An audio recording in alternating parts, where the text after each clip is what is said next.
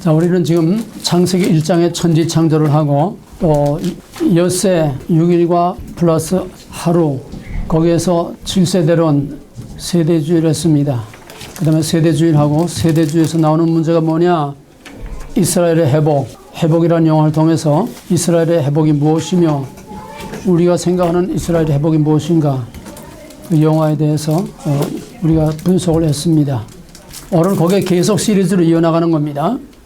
이스라엘의 회복과 함께 오늘은 이스라엘의 회복과 대체신학. 세대주의란 따같이 세대주의란 문자주의, 전천연설. 세 가지. 세대주의란 실세대론, 문자주의, 전천연설. 세대론이 어디서 나와? 하루를 창조의 엿새. 또 전천연설이란 환난전의 휴거. 전천연설이란 환난전 휴거. 문자주의는 어디서 나와? 문자주의의 근거, 출처, 축자영감설, 영감설에서 나와. 영감설은 뭐 두 가지만. 기계적 영감설이 축자 영감설이야. 두 가지가 아니고 하나야. 영감설은 뭐와 뭐? 축자 영감설과 유기적 영감설. 유기적 영감설은 뭐? 저자의 전인격을 들어 사용하신 거. 축자 영감설은 불러주는 대로 그냥 받아 적은 거. 그러면 이스라엘의 회복은 어떤 의미가 있는가?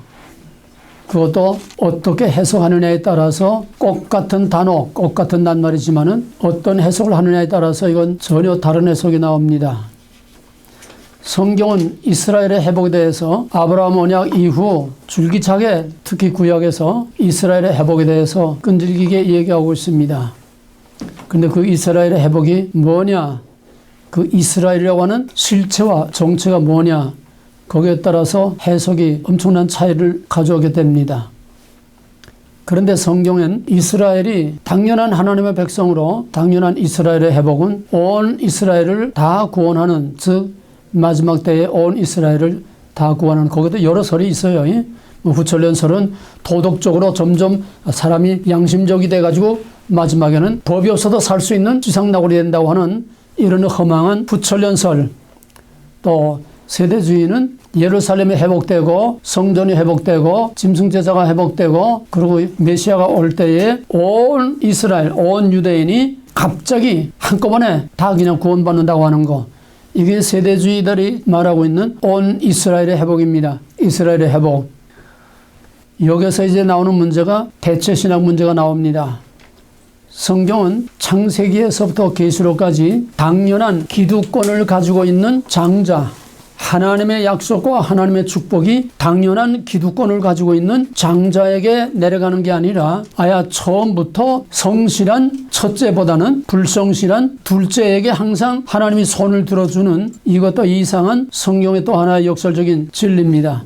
맨 처음에 누가 당연한 기득권자입니까? 가인이 장자지요. 근데 처음부터 가인은 제쳐놓고 아벨의 손을 들어줬어요. 그거는 아벨이 더 성실하기 때문에 그랬다기보다도 하나님의 주권적인 예정과 선택으로 하나님의 자유로운 의지로 그렇게 한 겁니다.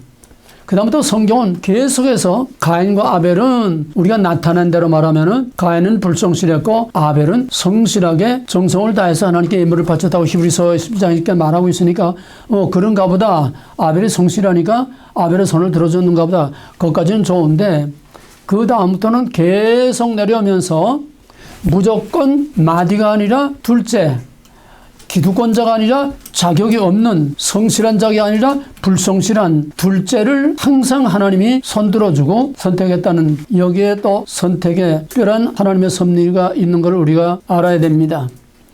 그래서 거기서 내려오면서부터 이제 아브라함부터는 아브라함, 이삭과 이스마엘이 장자입니다. 어머니는 달라도 어머니는 상관없어요.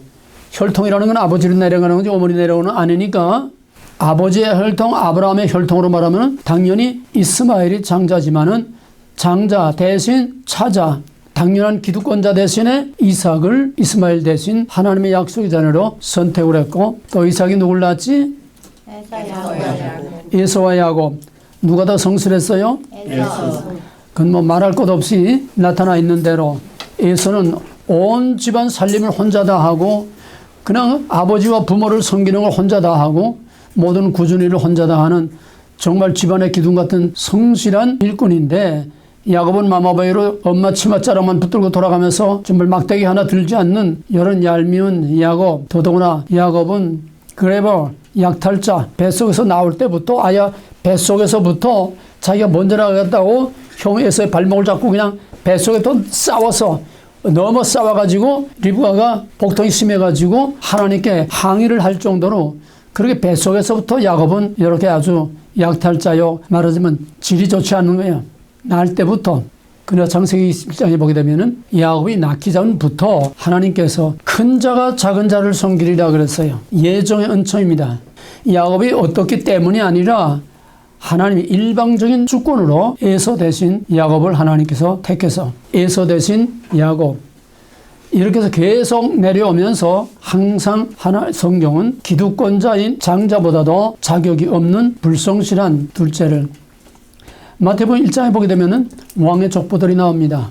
이스라엘, 유다, 히브리 전통에서 여자는 대를 이어주는 언약의 대를 이어주는 애를 받아내는 바구니에 지나지 않아요. 좀 심하게 말하면 여자면 사람 축에 끼지 못하는 거야. 애를 받아주는 바구니 노릇만 하면 돼. 그래서 여자가 애를 못 낳는다는 것은 히브리 문화에서는 동양의 칠거지약보다도 몇 값을 더 우리는 그냥 대를 이어주는 거지만은 동양에서는 혈통의 족보의 대를 이어주는 거지만은 구약은 하나님의 언약을 이어나가는 겁니다. 이건 민족의 줄기를 이어나가는 거예요. 언약의 대가 끊어지면 하나님이 대가 끊어지면 그 민족이 그 후손이 다 망하지 않아요. 그러니까 이스라엘 사람들에게 그 애를 낳고 못 낳고 하는 거는 동양하고는 비교가 안 될 정도로 중요합니다. 그런데 하나님께서는 왕의 족보에 여자가 어디에 들어가요? 그 영광스러운 이스라엘의 왕의 족보에 들어갈 자격도 없는 진짜 들어갈 자격이 하나도 없는 여자들을 거기에 이름을 올렸다는 거예요. 여자들이 왕의 족보에 올라갔다는 겁니다. 누굽니까? 이방인 모압 여자 룻. 모압과 암몬은 영원히 여호와의 총에 들어가지 못하겠다고 그랬어요. 모압과 암몬이 어디서 나왔습니까? 창세기 18장에 소돔과 고모라를 엎을 때에 롯이 소돔과 고모라에서 나와서 롯의 아내는 죽고 두 딸과 굴 속에 들어가 있다가 그 두 딸이 아버지 술을 먹여놓고서 씨를 받아내고 그래서 큰딸 작은딸 모압 암몬 자손이 거기서 나왔어요. 처음부터 저주의 자식이야. 그래서 그 다음에 또 이제 이스라엘 백성들이 애굽에 나와서 가나안 땅으로 가기 전에 모압 땅을 지날 때에 모압의 발락이 미디안의 바알람을 불러가지고 이스라엘 민족을 저주를 하라고 시켰어. 그러니까 모압과 암몬은 신명기에서부터 모압과 암몬은 영원히 여호와의 총에 들어오지 못하고 여호와의 총에 들어오지 못하는 구원 못 받는다는 거예요. 그랬는데 그럼에도 불구하고 하나님께서 룻을 통해서 아브라함의 언약, 그 큰 언약의 중심이 되는 다윗의 왕국을 이룰 수 있는 다윗의 고조할머니가 되나? 다윗의 왕통을 만들어내는 그런 영광스러운 왕의 족보에 자격이 없는 아예 구원도 못 받을 모압 여자 룻이 거기에 올라왔다고 하는 거. 이건 둘째, 첫째 문제가 아닙니다. 둘째보다도 더 아주 거리가 먼 아예 자격이 없는 여자들이에요. 또 그 다음에 다말은 자기 시아버지한테 창녀로 변정해가지고 시아버지한테 씨를 받아낸 거. 또 그 다음에 밧세바 불륜의 관계로 물론 뭐 밧세바가 나빠서 그런 건 아니지만은 어쨌든 밧세바가 왕의 족보에 올라갔다는 거 등등 전부 자격 없는 여자들이 왕의 족보에 올라갔다고 하는 거는 아예 첫째 둘째 정도가 아니라고 하는 거. 자격이 없는 신약에 들어오게 되면은 스스로 하나님의 선민이라고 자부심을 가지고 자기 의를 자랑하는 서기관과 바리새인보다도 오히려 인간 취급도 받지 못하는 이방인 세리를 주님께서 높이 세워줬습니다. 또 누가 첫째 둘째 있습니까? 마르다와 마리아. 누가 더 성실했어요? 야곱과 예수와 똑같이 마르다는 그저 성심성의껏 예수님을 진하게 대접하려고 그냥 뭐 손발이 그냥 채 돌아가지 않을 정도 바쁜데 이 마리아는 손가락에 물 하나 묻히지 않고 그냥 턱 받치고 앉아가서 고조할 매조를 하고 있으니까 얼마나 얄미우면은 선생님 좀 마리아 좀 와서 좀 도와주고 좀 떼놓으세요. 좀 그 정도 할 정도까지. 그런데 예수님은 그 성실한 마리아 너도 잘하지만은 마리아가 더 좋은 걸 택했다. 이 참 얼마나 약이 어렵니까? 요즘 같으면 시험 당하지 목사가 그랬다면은. 왜 그런가? 이걸 좀 더 크게 보면은 루스라든지 이런 사람들은 숫제 이방인입니다. 이방인은 전 성경의 족보로 말하면 뱀의 후손이에요. 가인의 후손이에요. 가인의 후손이 어떻게 하나님의 백성이 될 수 있고 어떻게 메시아의 그 다윗의 족보가 될 수 있는 또 메시아의 조상이 될 수 있는가? 큰 흐름으로 보게 되면은 이스라엘은 여자의 후손이요, 이방인은 뱀의 후손이죠. 여자의 후손은 하나님의 백성으로 약속이 있는 하나님의 백성이요, 택함을 받은 거예요. 정령 죽을 자 다 죽을 자 가운데서 하나님의 백성 삼으실 약속이 있는 여자의 후손을 빛을 어둠으로부터 구별하듯이 여자의 후손을 뱀의 후손으로부터 축복받은 하나님의 약속 있는 백성을 저주받은 뱀의 후손으로부터 구별해낸 여기서부터 전 인류는 두 족보의 흐름으로 가게 됩니다. 당연히 하나님의 구원은 여자의 후손 이스라엘에서 하나님의 백성이 나오는 게 너무나 당연하지요. 그런데 성경은 그 이면에서는 거꾸로 간다는 거예요. 이거는 뭘 말해주느냐?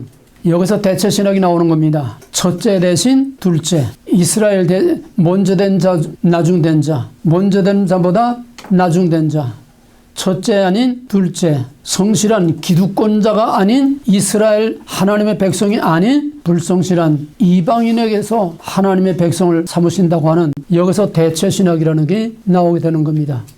대체라는 뭐야? 리플레이스, 체인지하는 거야, 바꾸는 거야, 바꿔치기 하는 거야. 구약에 보면 계속 내 백성 야곱아, 내 백성 계속 시내산에서부터 예언자들까지 그냥 계속 내 백성 하다가 신약에 오니까 판이 뒤엎어져.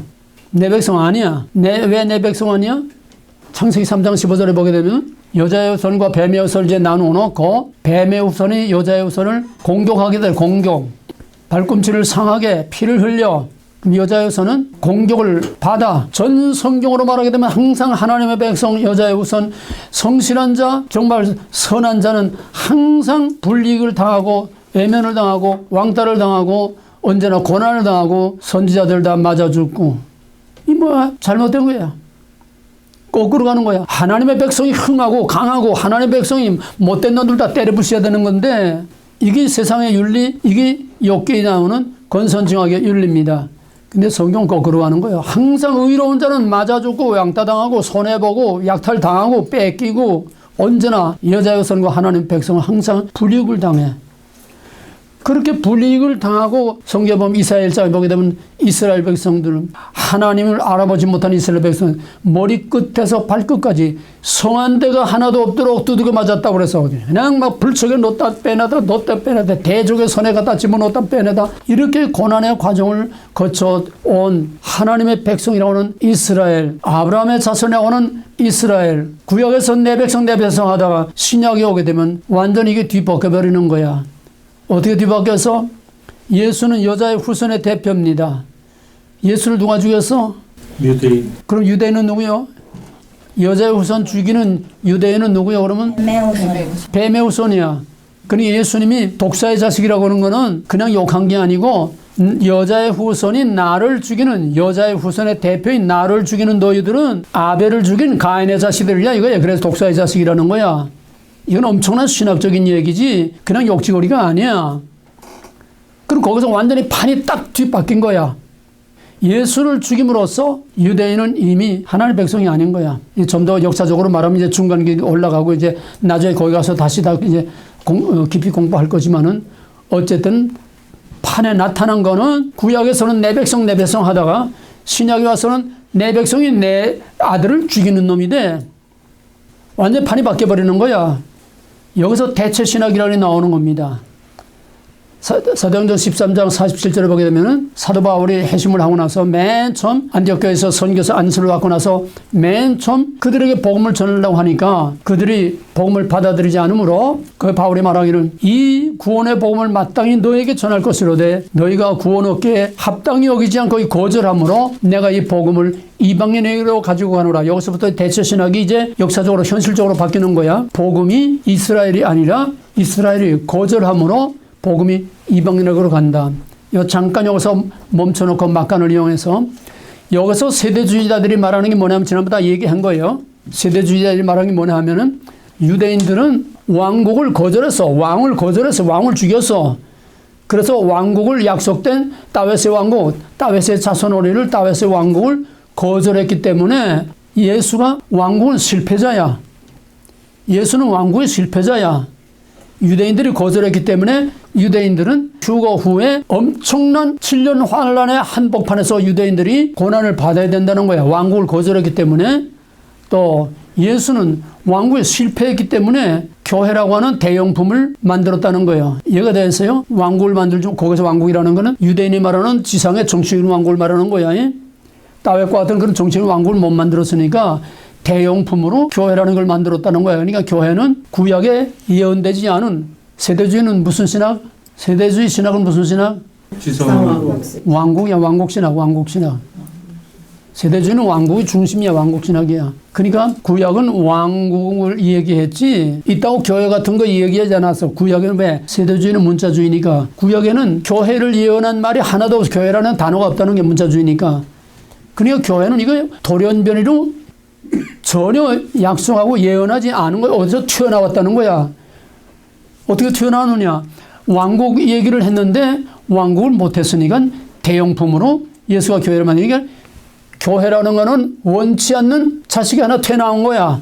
그러니까 골방에 갖다 놓고 가로 속에 집어넣고 세대주의는 이걸 구속사의 역사를 끼워 넣지를 않아. 그러다가 마지막에 그냥 들림이라고 하는 걸 통해서 깨라 꺼져버려 이렇게 끝내버리고 마는 거야. 세대주의는. 저희도 지금 교회를 해먹고 있으면서도 그 교회는 템포라리야 그냥. 그래서 세대주의가 왕국에 대해서 이렇게 생각하고 있다고 막간을 이어서 내가 지금까지 공부한 거니까 잠깐 에피소드로 이렇게 집어넣은 겁니다. 다시 원적으로 돌아가면은 그래서 유대인들은 예수를 죽임으로써 좀 더 엄밀히 말하면은 성전 파괴부터 성전 파괴까지 다윗의 왕국 파괴, 성전 파괴, 예루살렘 파괴, 약속의 땅 파괴, 하나님의 백성 파괴. 왜? 하나님의 백성 이방에 사로잡혀갔으니까 없어. 끝났어. 이스라엘 아수르에 사로잡혀가고 유다는 바벨론 사로잡혀갔으니 거기에서 엄밀히 말하면은 거기에서 하나님의 백성이라고 하는 내 백성이라고 하는 형태상의 이스라엘은 거기서 끝난 겁니다. 이거 좀 깊은 얘기지만은 이제 그저 참고로만 들어도 나중에 또 나오니까. 그러니까 엄밀히 말하면은 이스라엘은 앞으로 나타날 보이지 않는 영적 이스라엘, 영원한 이스라엘을 볼 수 있는 형태를 통해서 보여주는 계시의 점진성 때문에 형태를 통해서 뭐 혈통을 통해서 뭐 할례를 통해서 이렇게 보여준 거지. 이제는 가시적인 모형, 가시적인 상징은 실체가 나타날 때 이건 이제 끝나는 거야. 이스라엘의 하나님의 백성으로서의 모델로서의 역할은 성전 파괴, 다윗의 왕국 파괴, 또 약속의 땅의 파괴, 언약궤 파괴, 그 백성을 이스라엘 백성을 사로잡혀감으로써 형태상의 모든 이스라엘이라고 하는 왕국이라고 하는 형태상의 모든 건 끝난 거야. 근데 그 결정적인 거는 마지막에 하나님의 아들 왕으로 오신 메시아를 죽임으로써 스스로 하나님의 백성이기를 포기한 거야. 그 죄값을 우리 자손에게 돌리라. 그 피값을 우리의 자손에게 돌리라. 그 말은 무슨 말이야? 뱀의 혈통을 우리 자손에게까지 돌리라는 거야. 무슨 말인지 알아? 예수를 죽인 피값. 예수를 죽인 건 누구? 카인이야. 뱀의 후손. 뱀의 후손에 우리가 예수를 죽인 뱀의 후손에 피값을 우리 자손에게 돌리라. 그러는 거는 우리 예수를 죽인 우리 뱀의 후손에 이 혈통을 우리 자손에게까지 그 저주가 우리 자손에게까지 돌리라고. 저주를 자초한 거야. 이해가 되겠어요? 그러므로 예수를 죽인 그 이후에 유대인들은 이미 하나님의 백성이 아닙니다. 이해가 되겠어요? 그래서 여기서 대체신학이라고 나오는 게 이스라엘 대신 이방인. 바울이 이방인의 사도로서 가서 이방의 복음을 전함으로써 이스라엘 대신 이방, 이스라엘과 이방인을 뒤로 리플레이스, 체인지 바꾼다는 거야. 사복음서에 보면은 사복음서의 가장 중요한 주제가 뭐냐 하면은 첫째는 Who Jesus is. 예수가 누구냐? 왜? 구약에서는 하나님 여호와요 이거밖에 몰랐는데 어디 나사렛에서 저희들 다 아는 사람인데 갑자기 하나님이라고 하나님의 아들이라고 하니까 이게 참 보통 문제가 아니야. 그래서 사복음서는 예수가 누구냐? 요셉의 아들 나사렛 예수가 누구냐? 하나님의 아들이다. 마태, 마가, 누가, 요한 각각 4D 네 관점에서 예수가 누구냐를 소개하는 거고 전 성경의 후가니즘. 그러면 사복음서의 두 번째 가장 큰 주제는 체인지야. 리프레스. 한마디로 말하면 세술은 세푸대에 담아야 된다는 거야. 그 이제 거기에 들어가서 공부할 거지만은 대충 이렇게 흐름을 알아놔야 돼. 세술은 세푸대에 담아야. 그건 뭐야? 이스라엘은 이젠 유대인들은 이미 이건 다 낡은 푸대, 다 찢어진 푸대, 이젠 다 익스파이어 된 푸대야. 거기에다가 새로운 복음을 담을 수가 없어. 담을 수도 없고 담아도 다 찢어지고 터져서 너희가 받아들이지 못하고. 그러니까 세술은 세푸대. 그 말은 이제 이 복음은 이방인에게 이 복음이 새로 들어가는 거지 너희들은 이제는 이 복음을 받아들일 수 없다고 하는 거. 솔직히 말하면 버림받은 거죠. 그러니까 저들이 바울이 전하는 복음을 받아들이지 않고 거절하고 예수를 거절하고 여기서부터 탄판 바뀌는 거야. 그래서 사복음서의 가장 중요한 주제는 Who Jesus is. 그 다음에 두 번째는 안 된다. 그거로는 안 된다. 이거라 해야 된다. 낡은 거는 안 된다. 이거라 해야 된다. 그냥 율법 하면서 그 율법 주의로 그냥 다 소갈머리는 다 없어지고 빈 껍데기만 남아있는 그런 회복이라는 영화에서 봤지 않아? 그런 거 가지고는 안 된다. 뭐 손물이 한 번 씻고 두 번 씻고 그게 무슨 거기에 하나님이 무슨 상관이 있어? 그런 형식화된 그거 가지고는 아니라는 거야. 세술은 세푸대. 요한복음 2장에 보게 되면은 맨 처음 예수님이 행하신 기적이 가나 혼인잔치에서 물로 포도주를 만드는 거죠. 그 뭐 노래도 있지만은 물로 포도주 만드는 기적을 한번 데몬스트레이션 내가 누구냐 볼래? 하고 그 한번 데몬스트레이션 한 게 아니고 처음 나온 술이 떨어졌다. 술이 떨어졌다. 이거는 먼저 나온 술은 유대인이야. 유대인은 이미 다 익스파이어 돼서 다 떨어져서 이제 내가 주는 술은 새 술이야. 이 새 술이 처음 나온 술보다 사람들이 야 이거 웬일이냐? 보통 정신이 말똥할 때는 좋은 술 내놓다가 얼큰해지게 되면 점점 나쁜 술 나오는 게 일반 관례인데 이건 어떻게 된 게 나중에 나온 술이 정말 입이 짝짝 붙도록 이렇게 맛있는 술이 나오니 이게 뭐냐 하면은 낡은 것과 새 것이야. 옛 것과 새 것이야. 유대인의 율법주의와 예수 그리스도의 새로운 복음이야. 이런 신학을 그냥 그저 물로 포도주 만들었다고 하는 거 예수 믿으면 다 그냥 멋있는 사람이 된다.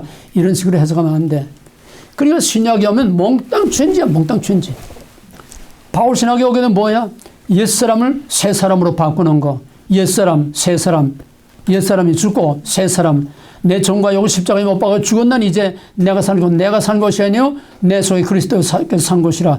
로마서 6장 2절에 보게 되면은 중생이란 뭐냐, 세례란 뭐냐, 구원이란 뭐냐. 예수와 함께 죽어서 장사 지내고 옛사람이 죽어서 장사 없어지고 그리스도의 부활과 연합해서 새 사람, 새 생명으로 전부 다 리플레이스야. 다 리플레이스. 전부 다 천지야. 신약의 가장 큰 주제는 천지야. 그래서 예수 그리스도를 믿는다고 하는 것은 새 술에 취한다고 하는 것은 새로운 생명을 얻는다고 하는 것은 BC와 AD의 확실한 경계와 구별이 있어야 된다는 거야. 오늘 교회는 이런 경계와 구별이 없어. 뭔 소리인지 알겠어? 믿기 전과 믿은 후에 확실한 경계와 구별이 없어. 속사람의 변화가 없어. 라이프스타일 변화가 없어. 기껏 해봐야 교회 안 가다가 교회 왔다 갔다 하는 것밖에는 달라지는 게 없다는 거야. 사고방식이나 의식구조나 하는 모든 행위와 달라진 게 없다는 거야. 그건 진짜로 중심한 게 아니야. BC와 AD가 확실히 before Christ하고 anno domino after Christ하고 확실한 경계 구별설이 있어야 이게 진짜로 중심하고 진짜로 거듭난 번화게 진짜 하나님의 백성입니다. 그래서 대체신학이라는 것은 이스라엘 대신 이방인. 여러 간단했으면 이스라엘 대신 이방인.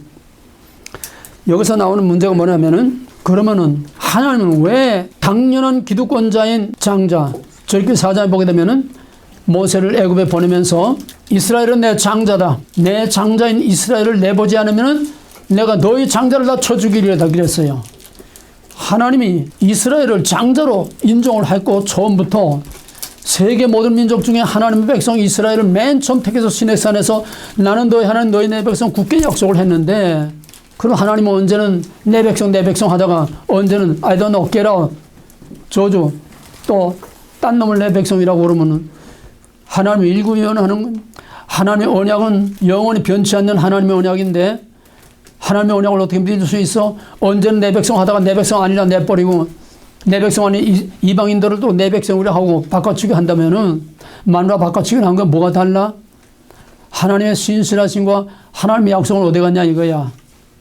그럼 하나님은 왜 당연한 상식적이고 당연한 원리인 기득권자 내 백성 이스라엘 그렇게 사랑하고 그렇게 내 백성 하던 자기 백성을 헌짝하게 버리고 이방인을 택하고 성실한 첫째보다 불성실한 둘째, 대표적인 탕자의 비유 아니야? 탕자가 얼마나 형이 에서처럼 그 집안을 다 자기는 닭새끼 하나 잡아먹지 못했는데 그 못된 놈 돌아오니까 뭐 소를 잡고 그냥 난리를 치니까 뿔떡 내지 않나? 이게 전부 다 성경에 우리가 이해할 수 없는 중요한 성경의 원리라는 겁니다. 첫째 대신 둘째. 여기 대체신학이 여기서 나온다는 얘기야. 그럼 하나님은 왜 그렇게 성실한 형보다 못된 탕자, 못된 야곱, 가망이 없는 이방인 왜 이걸 좋은 거하고 나쁜 거 바꿔치나 이 말이에요. 여기에 제일 중요한 첫째는 구원은 절대적인 하나님의 자유로운 의지와 하나님의 주권으로 인한 자유로운 from God to God, by God for God 인 것이야. 인간의 자격이 아니라는 거야. 인간의 자격으로 한다면 여기서 자유주의 알미니안이 나오는 거야. 자유의지론. 구원은 인간이 이해할 수 없고 인간이 받아들일 수 없어도 사람의 생각과 사람의 상식에 맞지 않아도 내 마음이야. 하나님 마음이야. 말라기 1장 2절에 보게 되면 내가 처음부터 에서를 미워하고 야곱을 사랑했다고 그랬어요. 창세기 20장에 내가 말한 것처럼 큰 자가 작은 자를 섬기리라. 뱃속에 있을 때부터 아니 그 이전에 창세전부터 에서는 아예 제쳐놓고 에서를 미워하고 야곱을 사랑했다고 그랬어. 그 못된 놈을 사랑했다고 그래서 아버지도 쏘개먹고 형도 쏘개먹고 삼촌도 쏘개먹고 돌아가면서 사기나 쳐먹고 하나님도 쏘개먹는 그런 가망이 없는 그래버 약탈자 사기꾼 그거를 처음부터 하나님이 몰랐나? 알지만은 하나님께서 성실한 에서 대신에 야곱을 택했다. 이게 뭐냐? 하나님의 주권적인 자유로운 의지. 구원은 하나님의 절대적인 주권과 자유로운 의지로 되는 거지 인간의 자격, 인간의 노력, 인간의 어떤 자기의 공로로 절대로 될 수 없다고 하는 아주 못을 박아버리고 기둥을 쐐기를 박아버리는 거예요. 자유의지론이 설 틈이 없어 성경에는 여기가 되었어요. 인간의 상식을 뒤엎는 리플레이스 첫째 대신 둘째 이스라엘 대신 이방이라고 하는 대체 신학은 가인과 아벨에서부터 계시록까지 계속되는 전 구속사의 가장 중요한 비밀과 원리이고 그것은 다름 아닌 하나님의 절대적인 주권, 구원은 절대적인 하나님의 주권에서 나오는 거지 인간의 자격으로 나오는 게 아니라고 하는 거.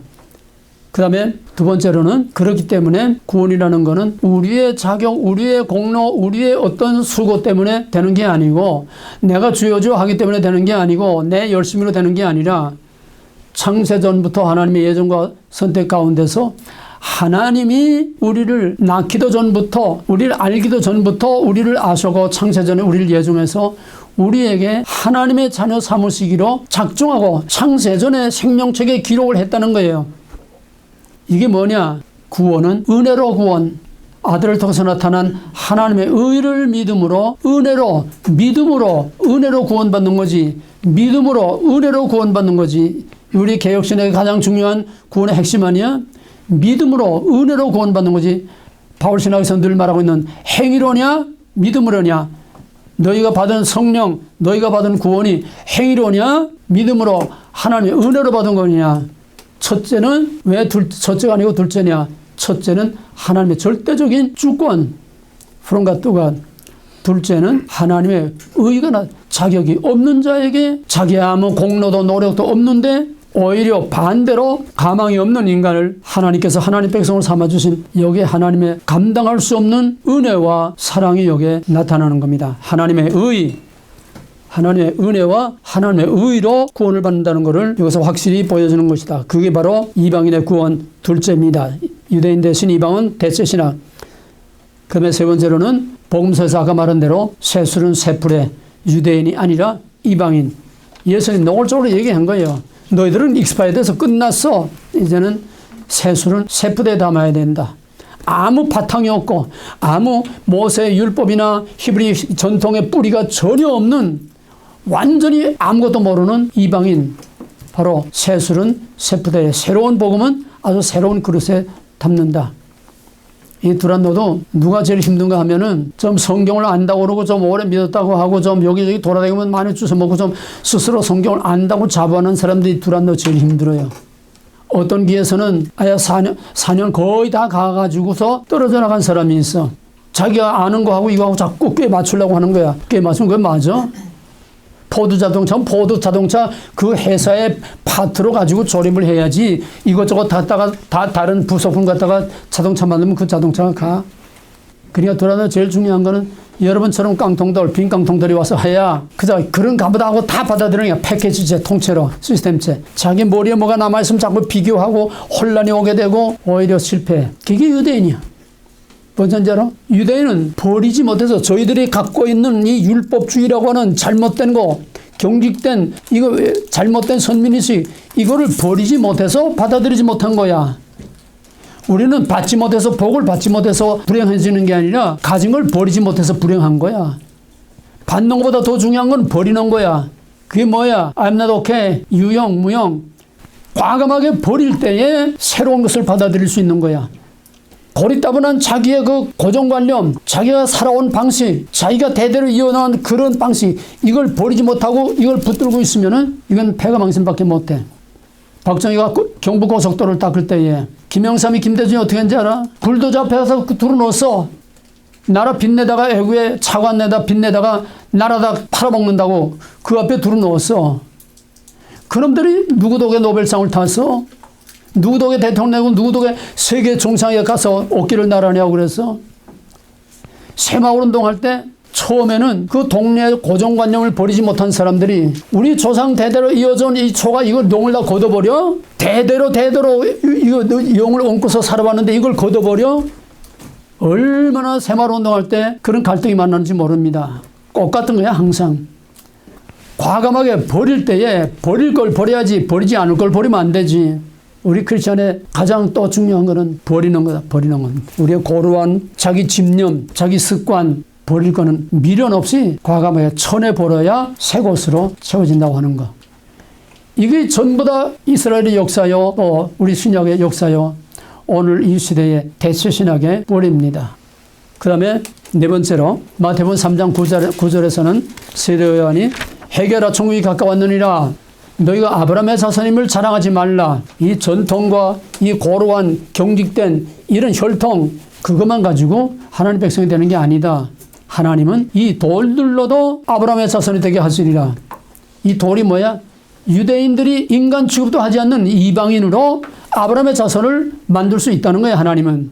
세리 사케오는 인간 취급도 못 받는 인간 중에 제일 이스라엘 백성들의 원수요, 피를 빨아먹는 흡혈귀 같은 이런 아주 매국노야. 제일 멸시와 천대받는 가망이 없는 그 세리. 예수님이 뭐라고 그랬어?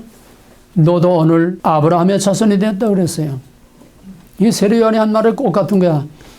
돌만도 못한 사케오를, 세리를 하나님의 백성 아브라함의 자손이 되게 하셨다는 거야. 이건 혈통을 말하는 게 아니죠. 그래서 대체 신학은 이스라엘 대신 이방인, 이스라엘 대신 이방인, 리플레스 완전히 체인지에 바꿔치는 거야. 이제 대체 신학 심어졌죠? 대체 신학이 뭐라고? 이스라엘 대신 이방인. 대체 신학이 뭐라고? 이스라엘 대신 이방인. 대체 신학이란? 이스라엘 대신 이방인. 확실하게 심어놔야 돼. 그 다음에 나오는 문제가 뭐냐 하면, 자, 그러면은 전형적인 세대주의, 텍사스의 유명한 하기 목사, 또 유튜브에서 유명한 존 메가더, 이런 사람들은 철저한 세대주의자입니다. 그들이 노골적으로 하는 얘기는 뭐냐 하면은, 세대주의는 뭐라고? 문자주의.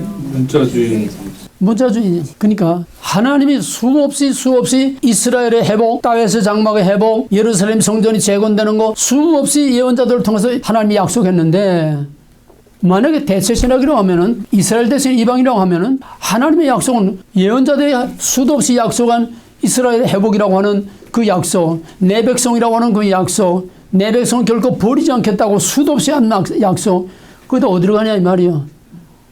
하나님은 거짓말할 수 없는데 있을 수 없다는 거예요. 하나님의 말씀은 1.1억도 버릴 수 없다는 거야.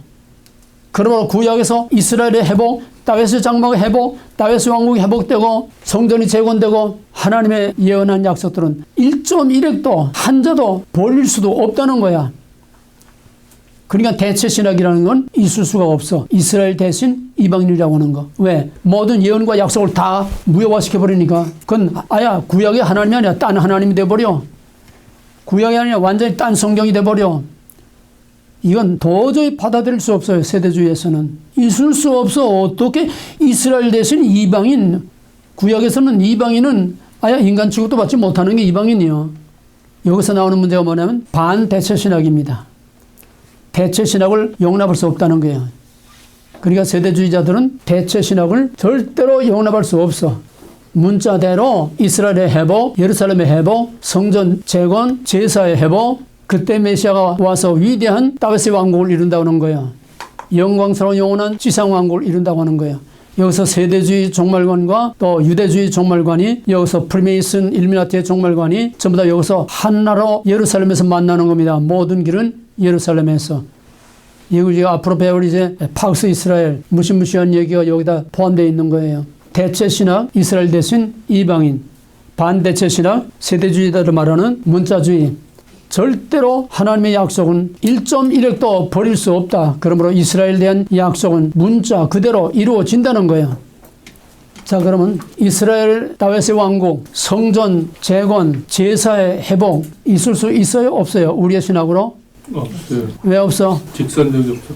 과거로 돌아가는 건 없어. 창세기 1장 1절에서부터 계시록 끝까지 새하늘과 새 땅까지 성경은 시작에서 목표를 향해서 계속 전진하는 거지. 비록 굴곡이 있을지라도 애굽에서 나왔으면은 올라가고 내려가고 빙빙 돌다가라도 결국 가나안 땅에 들어가는 목적을 향해서 직진하는 거지. 과거로 돌아가는 건 없어. 애굽에서 나온 사람 중에 단 한 사람도 애굽으로 돌아간 사람을 거기서 죽으면 죽었지. 이 직선적 역사관 때문에 옛날로 다시 돌아가는 건 없어. 그러나 세대주의는 문자주의니까 전 세계를 지배하던 다윗의 왕국, 넘버는 나라가 없던 절대 강국인 다윗의 왕국이 유대인에 의해서 이루어진다는 거예요. 이게 팍스 이스라엘.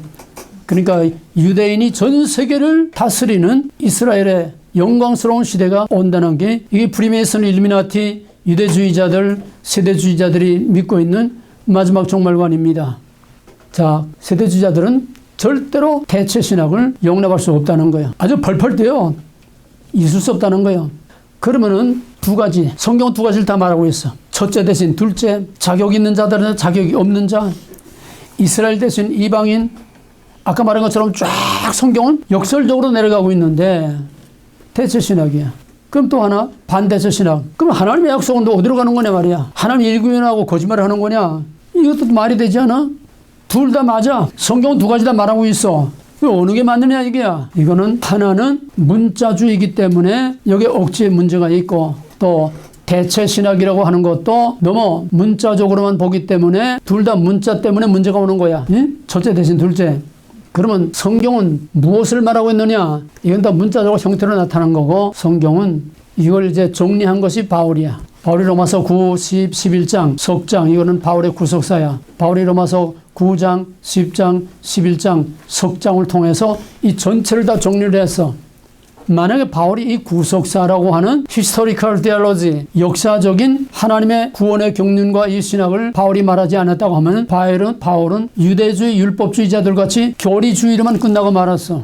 바울은 그런 교리주의자가 아니야. 바울은 면면이 흐르는 큰 대야같이 흐르는 하나님의 구속의 경륜을 바울은 한눈으로 다 보고 있었어. 그게 누구냐? 사도행전 7장에 스데반이 아브라함으로부터 쫙 그 조상인데 흘러내려오는 대야같이 흐르는 하나님의 구속의 경륜을 스데반은 다 본 거야.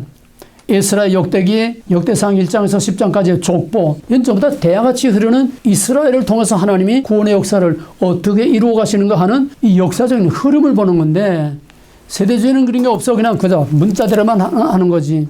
그래서 바울은 이 문제를 어떻게 취급했느냐. 바울은 이사야가 일찍이 이사야 10장 22절에서 이스라엘이 비록 바다의 모래가 들지라도 오직 남은 자만 구원을 얻으리니, 이사야서에서 남은 자의 구원이라는 게 여기서 처음 나와. 남은 자만 구원을 얻으리니, 이사야의 소명 이사야 6장에서 너는 가서 외치되 이 백성이 내가 마음을 둔하게 해서 보고 깨닫고 듣고 알지 못하게 하리라. 언제까지입니까? 밤나무와 배임을 당하고 상수나무와 배임을 당하고 그 전에 10분의 1이 남아있을지라도 다 배임을 당하고 가옥과 전토가 다 황폐해질 때까지니라. 그러나 상수리나무와 밤나무가 다 배임을 당해도 구루토기는 남아있는 것 같이 이 중에 내 백성이, 이 구루토기가 거룩한 이 땅의 거룩한 씨, 남은 자의 신학을 말하는 거야. 심판 후에 그 중에 남은 자로 새로운 싹을 내서 새로 시작하겠다고 하는 이사야의 가장 중요한 신학 중에 하나가 남은 자의 구원입니다. 심판 후에 남은 자의 구원.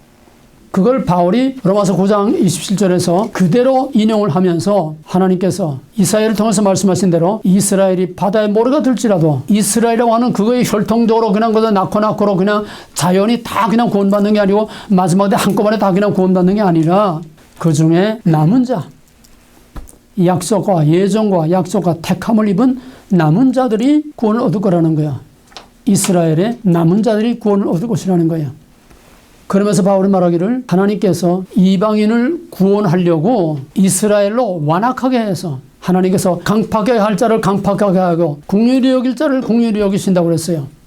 바로의 마음을 강팍하게 해서 하나님이 누구신 것을 온 세계에 그 이름을 떨친 것처럼 유대인의 마음을 강팍하게 해서 예수를 죽이고 예수 믿는 사람들을 핍박하고 로마 정부와 결탁해가지고 초대교회 300년 동안 유대인들이 얼마나 기독교를 탄압했는지 몰라. 그들의 마음을 강팍하게 해서 예수라면 지금도 이를 갈지 않아 유대인들이 회복이라는 영화에서 봤지? 왜 유대인들이 기독교인들을 왜 그렇게 미워해? 왜? 봤으면 대답을 해야지. 미워하는 첫째 이유가 뭐야? 삼위일체. 예수는 우상이라는 거야. 하나님이 아니라는 거야. 그러니까 예수 믿는 기독교인들은 저희들이 천지 원수같이 하는 우상 숭배하는 자들이기 때문에 신성모독, 용납할 수 없는 신성모독, 놔둘 수 없는 신성모독에다 싹 없애버려야 깨끗이 청소해야 되는 청소의 대상이라는 거야. 근데 유대인들은 하나님이 그렇게 강팍하게 해서, 이 바울의 말입니다. 유대인의 마음을 강팍하게 해서 예수를 거절함으로써 아까 말한 사도행 13장 40절 바울이 너희들에게 마땅히 이 구원의 복음을 전할 것이로되 너희가 구원 얻기에 합당히 여기지 아니하므로 내가 이 구원의 복음을 밭을 옮긴다 말이야. 이방인에게 밭을 옮긴다. 그래서 유대인들은 예수를 버리고 이방인들이 이걸 받아들임으로써 여기서 대체 신학이라고 하는 게 이제 나오는 거야. 그러니까 그러면 대체 신학이 되면 아까 원점으로 돌아와서 하나님의 약속은 어떻게 됐느냐 이거야. 어떻게 하나님의 약속을 믿을 수 있냐 이거야. 거기에 대한 대답을 바울이 그 다음에 또 말하기를 그러면 어떻게 되느냐. 그 이제 감람나무 접붙이는 얘기 이제 하면서 이방인이 어디서 구원을 얻느냐. 유대인의 전통적인 그 뿌리에 돌감람나무 참감람나무에 붙여서 거기서 열매를 맺듯이 이방인이 어디서 툭 튀어나온 게 아니라 아브라함부터 내려오는 유다 전통의 하나님의 약속의 접붙임에 대해서 이방인이 구원을 얻었다고 하면은, 접붙임을 받은 이방인이 구원을 얻었다고 하면은, 비록 접을 붙이기 위해서 그 나무를 잘랐잖아. 자른 거는 유대인이야. 자른 거는 감람나무 자른 거는 유대인이야. 또 다른 가지를 돌감람나무 가지를 갖다가 붙인 거는 이방인을 유대 전통의 언약에 갖다가 붙인 거야. 그러면은 갖다가 붙인 가지가 커. 그 뿌리가 있는 밑줄기 뿌리가 있는 잘려버린 이 나무가 더 커. 어느 게 커? 원 뿌리가 더 큰 거 아니야? 그러니까 너희가 이방인들이 구원을 받고 하나님의 엄청난 은혜를 받았다고 교만하고 우쭐하고 유대인 멸시하지 말라는 거야.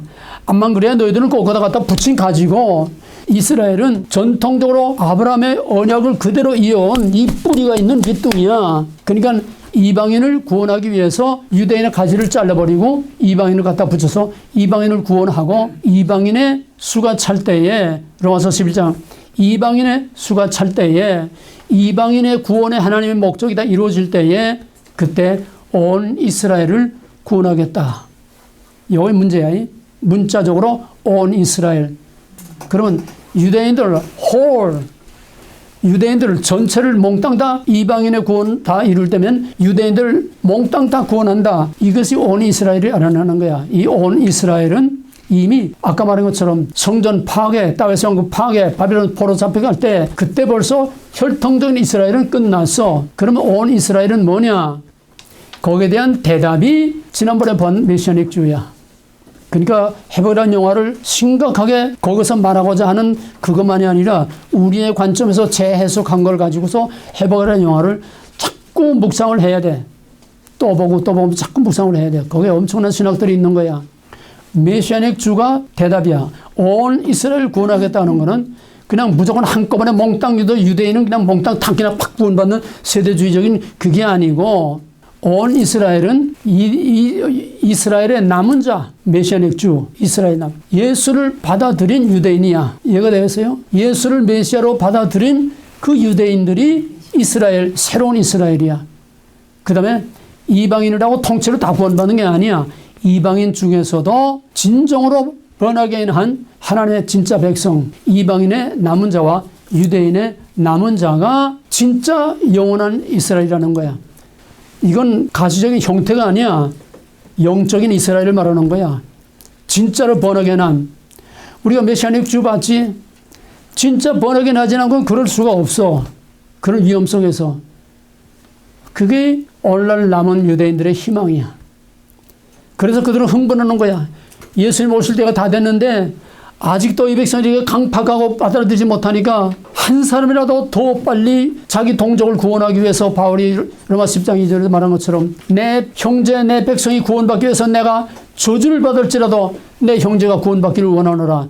이런 바울의 심정으로 메시아닉 주들이 자기 백성을 한 사람이라도 거기서 빼내서 정말 하나님의 진짜 자녀로 진짜 이스라엘로 만들기 위해서 메시아닉 주들이 그렇게 열광하고 지금 열심히 복음을 전하고 있는 겁니다. 근데 이방인들은 이제 다 배가 부르고 너마다 이제 늙어버려가지고선 이런 프레시한 이게 없어. 임박한 종말에 대한 이런 기대감이 없어. 내 형제 내 이웃을 하나도 더 빨리 구원해야 되겠다는 이런 절박한 이런 사명감들이 없어. 다 늙어버려. 그러나 이방인들 중에서도 정말로 번하게인하고 나다날과 같이 주의 오심을 기다리며 기도하는 경건한 남은 자들이 이방인 중에 있습니다. 그래서 이방인 중에 남은 자, 이스라엘 유대인들 중에 남은 자, 이 남은 자들로 영원한 생과 새 땅에 영원한 하나님의 백성, 진짜 하나님의 백성, 진짜 영원한 이스라엘로 삼으시는 겁니다. 그것이 남은 자의 신학입니다. 그것이 이사야와 바울이 말하는 대체 신학도 아니고 반대체 신학도 아니고 남은 자의 신학. 유대인과 이방인의 남은 자로 영원한 이스라엘 만들겠다는 남은 자의 신학입니다. 에스겔서 37장에서도 같은 말을 하고 있어요. 37장이 보게 되면 37장 처음에는 해골골짜기에 해골들이 일어나는 그 이스라엘의 회복 불가능한 상황에서 회복하는 것을 얘기하고 나서 그 다음에 15절 이하에 37장 15절 이하에서 뭐라 하냐면 두 막대기를 가지고 하나는 에브라임이라 쓰고 하나는 유다라 쓰라. 두 막대기, 두 이스라엘과 유대인, 두 막대기, 이스라엘과 유대, 남북 이스라엘과 유다가 두 막대기를 하나로 해서 한 임금을 섬기는 한 나라를 이루겠다. 그러는데 실제 역사적으로 이스라엘과 유다, 북왕과 남왕국이 다시 만나가지고 한 임금을 섬기는 통일왕국을 이루지 못해서 역사적으로 유대인들은 그대로 돌아왔지만은 이스라엘은 못 돌아오지 못해서 이스라엘은 이미 이방인 속에다 피가 섞여가지고 이미 돌아왔을 때는 순수한 아브라함의 야곱의 자손 이스라엘이 아니에요. 그래서 성전을 재건하려고 할 때 우리는 같은 야곱의 형제다. 우리가 돕겠다니 무슨 소리야. 너희들은 청렴만도 못한 거지 같은 것들이 어디 감히 하나님의 거룩한 성전 짓는데 너희들이 같이 낀다고 그래. 그러니까 못 먹는 바람에 죄나 뿌리자고 북왕국 이스라엘 사마리아 사람들이 그냥 온갖 방해를 하고 그러지 않았어요? 그러니까 유대인들은 돌아왔는데 이스라엘은 돌아오지 않았다는 거야. 북왕국 이스라엘은. 근데 에스겔서에서 분명히 이스라엘과 유다가 두 막대기가 하나가 돼서 한 임금을 섬기겠다고 그랬어. 이스라엘은 영원히 돌아오지 못했어. 그건 뭐냐 그러면 이스라엘은 이미 이방인화해서 생물학적으로 이방인을 할 때 됐다는 게 아니라 영적으로 이스라엘은 없어지고 이방인 속에다 흡수돼 버리고 만 거야. 아수르의 사로잡혀 가서 실제로 피가 다 섞였지만은 그건 하나의 상징이고 이미 북왕국 이스라엘 10지파는 이방인화해서 그럼 이스라엘과 우리 이방인들은 이미 피가 섞인 거야. 생물학 쪽이 아니라. 이제 이방인이 돌아오는 것이 돌아오지 못한 이스라엘이 돌아오는 거야. 좀 어려운 얘기인데 이해가 되겠어요? 이방인이 돌아온 것이 북왕국 돌아오지 못한 이스라엘이 이방인화해서 거기서 돌아온 거야. 그래서 이방인의 남은 자, 유대인의 남은 자가 서로 하나가 되어서 한임금 섬기겠다. 그게 뭐야? 한임금, 이방인의 남은 자와 유대인의 남은 자, 메시아닉 주와 이방인의 남은 자가 한임금 예수 그리스도를 섬기는 거야. 이게 영적인 왕국이, 영적인 이스라엘이야. 그래서 대체 신학도 아니고 반대체 신학도 아니고 두 가지 다 맞는 말인데 그거는 그 중에서 남은 자를 구원한다고 하는 남은 자의 신학으로 바울이 여기다 확실한 대답으로 끝을 내주는 겁니다. 이해가 되겠어요? 그래서 그 다음에는 메시아닉 주, 개종한 메시아닉 주가 얘기한 건데 열방의 운명이라는 거, 그 3페이지에 열방의 운명이라는 건 이건 아세르 인트레이트라고 하는 개종한 유대라피가 쓴 세미나인데 여기서 말하고자 하는 거는 이거 다 여러분이 읽어보세요. 간단히 말하면 뭐냐 하면 모든 민족은 다 두 가지의 종류의 사람이 있다. 모든 민족은 두 종류의 사람이 있다는 거야. 이걸 우리식으로 말하면 아직 여러분들은 아직 거기까지 안 들어갔지만은 우리식으로 말하면 여자의 우선과 뱀의 우선, 전 인류는 원하든 원치 않든 인정하든지 아니하든 뱀의 우선과 여자의 우선 두 계보로 되어 있다는 거야. 근데 하나님의 관심은, 하나님의 목적은 여자의 후손을 통해서 하나님의 예정과 선택이 있는 하나님의 백성을 통해서 하나님의 모든 구속의 경륜과 역사를 이루어가는 거지, 가인의 후손을 하나님의 역사에 여기에 전혀 하나님은 관심이 없다는 거야. 그러므로 여러분들은 메시아닉 주입니다. 메시아닉 주와 같이 정말 확실한 믿음을 가지고 중생한 이방인의 남은 자, 유대인의 남은 자. 그럼 이제 오늘 한국으로 돌아오게 되면은 하나님의 관심은, 하나님의 눈은 하나님의 택한 백성에게, 그 백성이, 그러니까 쉽게 말하면은 땅콩, 예만에 이게 땅콩처럼 어느 나라 민족이나 빈 껍데기가 있고 그 속에 알매의 생명이 있는 알매기가 있다는 거야. 빈 껍데기는 하나님의 아무 의미가 없어. 하나님의 관심은 그 속에 땅콩이 생명이 있느냐, 그 속에 땅콩이 썩었느냐, 뭐냐, 그 속에 진짜 하나님의 백성이 거기에 하나님의 관심이 있다는 거야. 우리 제수생들은 창세기 4장에서 아벨의 연합이라는 것이야. 아벨의 연합이라는 거 공부했지? 가인과 가인의 재물은 연합하지 않고 아벨과 아벨의 재물을 연합했다. 그 연합이라는 게 뭐야? 설명. 아벨과 아벨의 재물은 연합하셨다. 연합이 뭐라고 그랬어? 눈여겨보다. 가인과 가인의 재물은 연합하지 않았다. 연합이 뭐라고 그랬어? 주목하여보다. 관심을 가지고 주목해서 봤다는 거야. 관심을 가지고. 하나님은 전 세계 역사, 어느 나라의 역사에서 하나님의 백성의 거기에 관심을 가지고 거기에 초점을 맞추고 그 백성을 위해서 역사를 움직이시는 거지. 땅콩 껍데기 같은 빈 껍데기, 불신자들의 타락은 그는 심판으로 끝나고 마는 거야. 간단해. 뭐 하나님의 섭리도 역사도 필요 없어. 그러나 하나님의 섭리와 역사는 하나님의 백성에게 관심이 있다는 거야. 그러므로 구원함을 받은 정말 확실한 중생한 하나님의 백성은 그 백성의 그 시대에 그 역사에 역사적인 책임이 있어. 그들이 어떻게 하느냐에 따라서 그 나라와 그 시대와 그 사회가 어떻게 하느냐. 하나님의 역사 섭리와 하나님의 계획과 하나님의 목적을 이루어가는 것은 자기 백성을 위해서, 자기 백성을 통해서 심판을 하든지 구원을 하든지 높이 들어서든지 고난 속에 집어넣든지 하나님의 백성에 관심이 있는 거지. 쉽게 말하면 한국의 정치 그 개판 썩어빠진 그놈들 하나님 관심 없다는 거야. 정부 세력이 날뛰고 무슨 부패 타락한다든지 뭐 우익 좌익할 거, 그건 하나님 관계없어. 그럼 오늘 한국의 역사에서 하나님의 관심이 어디에 있어? 오늘 한국의 역사의 운명이 누구에게 달렸어? 누구에게 책임이 있냐고. 한국 역사의 운명이 누구에게 책임이 있어? 이게 문제야. 오늘 한국의 운명은 썩어빠진 정치꾼들, 장돌배들 그것 때문이 아니야. 그게 문제가 안 돼. 썩을 것이 다 썩여도 옛날에 50년대 한참 미국에서 만보춤이 이제 한국까지 들어왔을 때 처음에 만보바지 입고 한참 만보춤들 미쳐서 만보춤들 추울 때, 그때 우리나라의 철학의 아버지라고 하는 박종호 박사가 고대에서 학생들을 강단에 모아놓고 세미나를 하면서 그 말을 난 잊어버릴 수가 없어. 세상이 다 만보춤을 춰도 너희들이 다 만보춤을 미쳐 들어가도 좋다. 세계를 움직이는 거, 미국을 움직이는 거는 미국이 몽땅 미쳐서 만보춤을 춰고 미국이 몽땅 미쳐서 다 부패하고 타락해도 그걸 움직이는 거는 그들이 아니라 그 중에 소수의 엘리트들. 집도 모르고 따뜻한 침대도 모르고 연구실에서 거기서 우리나라로는 라면을 끓여 먹고 연구실에서 집에도 가지 못하고 자기의 전 인생을 거기다 쏟아붓고 불철주야 거기에 파묻혀서 연구하고 자기가 맡은 일에 목숨을 다 바쳐서 충실한 그 소수의 엘리트들 때문에 미국이 다 흔들려도 미국은 절대로 흔들지 않는다는 거야.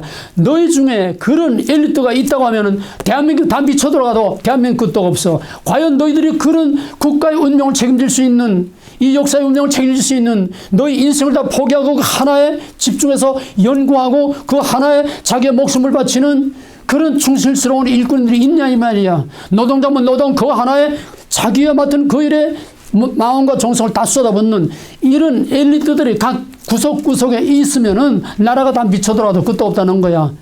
오늘 대한민국 이것 때문에 문제야. 정치가 다 쏟고 다 돌아가도 상관없어. 그런 나라의 운명을 책임질 수 있는 이런 엘리트들이 있다면은 대한민국 끝도 없다는 거야.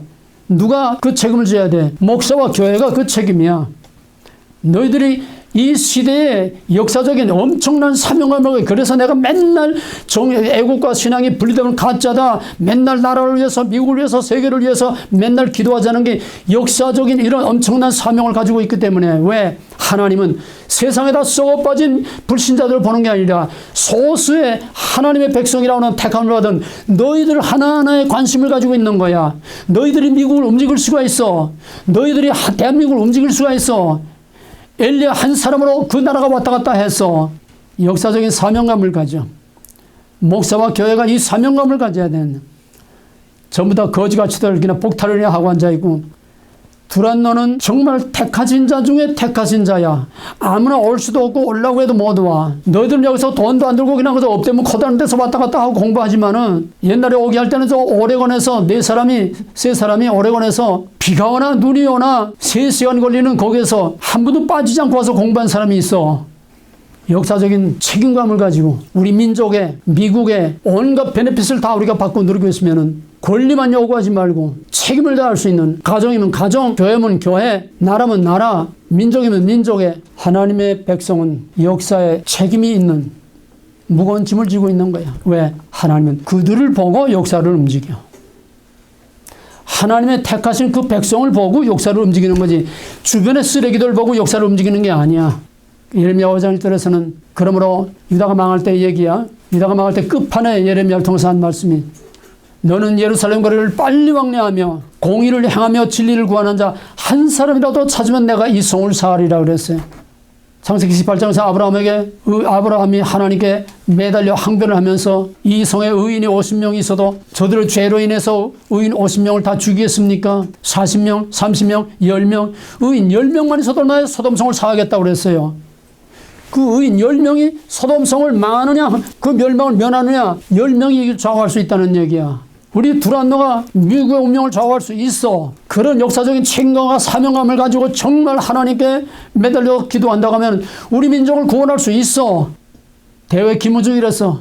세계는 넓고 하리를 많다. 우리야말로 하리를 맞아. 여기서 페드로웨이 벨뷰 바닥에, 시애틀 바닥에, 여기 조그만 산바닥 같은 데서도 전 세계를 품에 안고 기도할 수 있고, 전 세계를 품에 안고 내가 흔들고 움직일 수가 있어.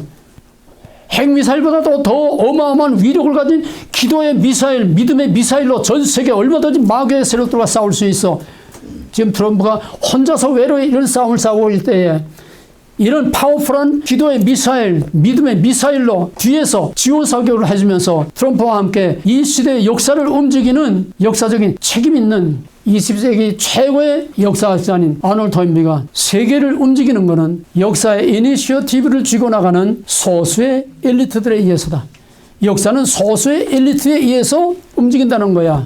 나머지는 다 도매금으로 그냥 휩쓸려 넘어가는 거고, 흘러가는 거고, 다 얹혀서 넘어가는 거고, 덤으로 사는 거고, 역사는 소수의 엘리트에 의해서 이니셔티브를 쥐고 역사의 앞에서 기선을 잡고 창의적으로 새로운 역사를 창조해 나가는 그 소수의 엘리트들, 각 분야의 엘리트들에 의해서 역사는 창조해 나가고 움직여 나간다는 거야.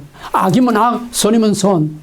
히틀러 같은 소수의 엘리트 한 사람이 칼 막스와 히틀러가 바로 세계를 얼마나 뒤엎어놓고 움직였어. 그러니까 하면 미국의 링컨은 노예들을 해방시키고 오늘의 이 미국을 만드는 기초가 되었고, 우리 한국도 이승만과 박정희가 오늘의 영광스러운 대한민국을 소수의 엘리트들이 만들었어. 세계를 움직이는 백악관의 소수의 대통령의 소수의 그 주변의 참모들이 세계를 움직여.